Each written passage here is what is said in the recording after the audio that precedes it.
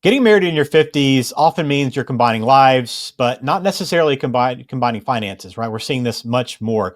How do you keep your assets separate, but also plan for retirement together? That's what we want to discuss with Dennis today in this video and help you better understand how to marry those two.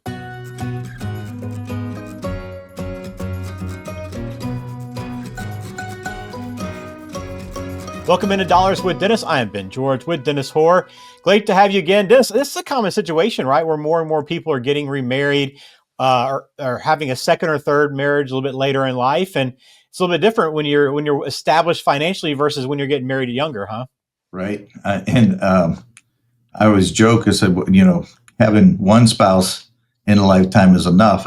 We wouldn't want a second or a third, right, to do that. But it happens and it's part of our life, and we need to deal with it. And it's best to be just open. A lot of people want to be very private and secretive about their money and their funds. But when it comes to marriage and family, you want to be open. You might not have accounts together, but you want to be able to share and view and know what each other has and what each other can contribute, so that you can align your goals together. You can have separate accounts, but being open and sharing them is a huge relief to most people, as they feel like they're trying to hold their money in, and they're afraid to share. And I think that's a mistake. Yeah, and I think, obviously when you get married when you're younger, you probably encourage people to combine their finances, but things are a little different when you're in your 50s or maybe 60s. And that there's a question that came in that kind of spurred this discussion. So I want to lay that out first, Dennis, and we'll work through it from there. So here's the question that came in. I'm about to get married.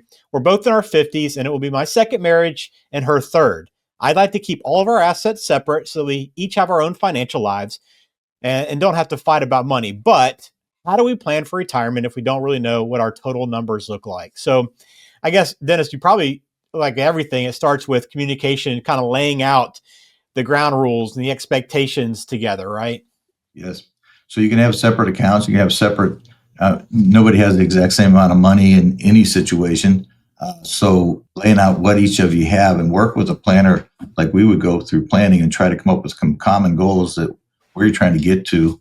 You want to be able to retire. You want to go to have a retirement home. What are your goals, and kind of set a group plan for the two of you, so that you can have some common goals. And clients that keep their assets separate and share, but they have one bank account that they take their annual expenses, they divide by 12, and each of them put 1/12 of that in that bank account every month, so that they can pay their bills out of there. And then they can manage their goals. And in the beginning of the year, they'll sit down and say, okay, do we have any extra? Do we want to do something different this year? Something less? So it's all about planning. And so we like to help couples, young and old, to work on their finances together and build a plan together, so that it can be, because there's so many books out there about the money ruins everything, or there's so much stress involved. But if you're open and you have common goals, I think that will ease the stress and help the communication in your family. Are a lot of the conversations the same, Dennis, in terms of, talking about, hey, what kind of lifestyle do you want to live? What kind of retirement date should we set for both of you? Even though you are kind of living separate financial lives, those goals are still very much aligned, aren't they? They are, yeah. So you can have different ages, but hopefully it's not too much different. 10 years one way or the other to do that, and have, but then have goals. When are we thinking we're going to retire? What are we going to do when we retire? Where are we going to go? Those kind of things. And if you start establishing those common goals together, then how we get there becomes easier, and we can help with that. I mean, we work with clients all the time, going through their goals and their budgets and their planning, to figure out what it takes to get where they want to be. And sometimes one spouse might want to keep all their money aside. Sometimes they're very open and want to share it.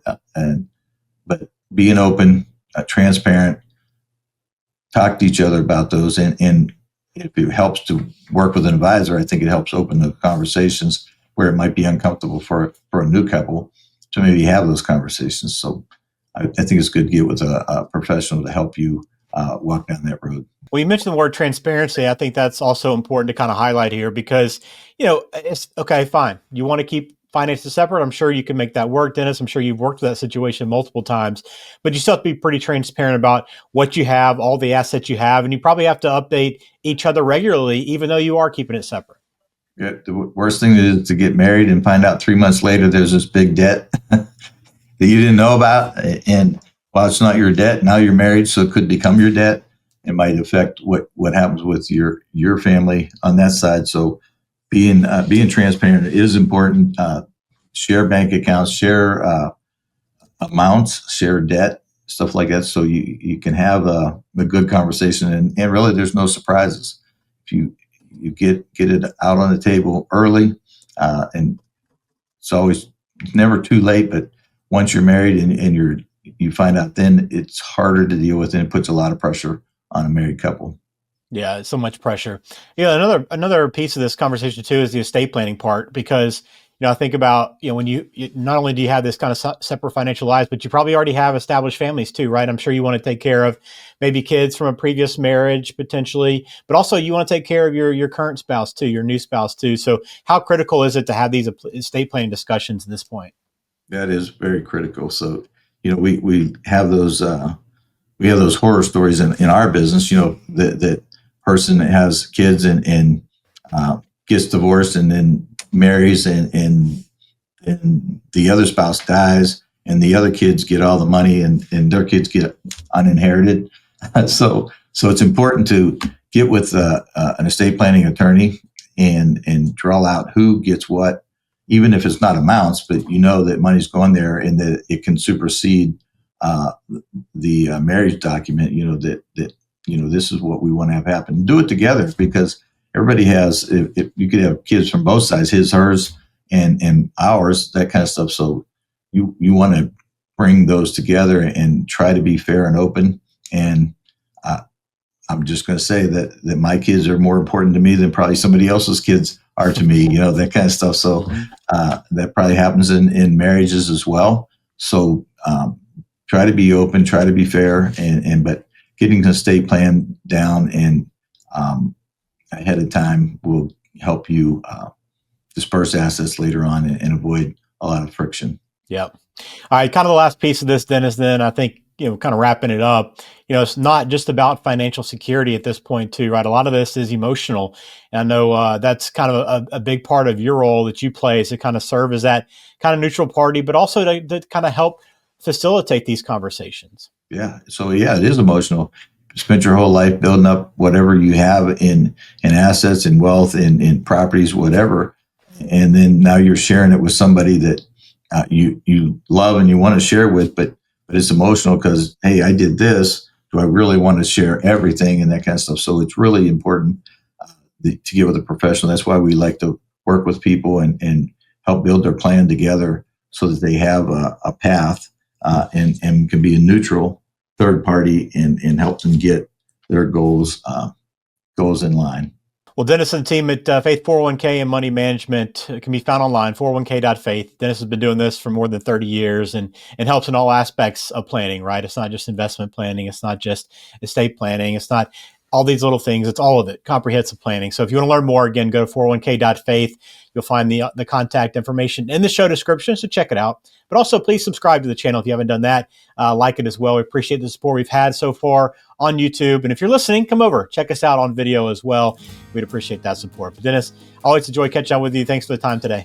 Thanks, Ben. Have a great day. Securities and investment advisory services offered through Osaic Wealth, Inc., member FINRA SIPC.